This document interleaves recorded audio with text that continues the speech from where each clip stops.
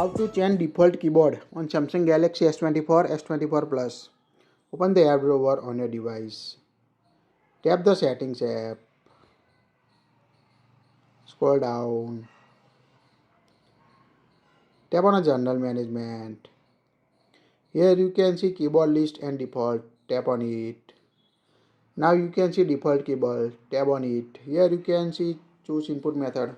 By default set Samsung keyboard on your Samsung device. You can choose Microsoft SwiftKey keyboard or Samsung keyboard. You can also add a third-party keyboard. Here we download and install the Gboard. Just toggle on it. Tap on OK. Now tap on a default keyboard. Now we can see add Gboard to your screen. Just choose Gboard to set a Google Gboard keyboard on your Samsung device. So it's quite easy to change the default keyboard on your device. You can also enable keyboard button on navigation bar option. So keyboard button on your device. That's it. If you like it, share it.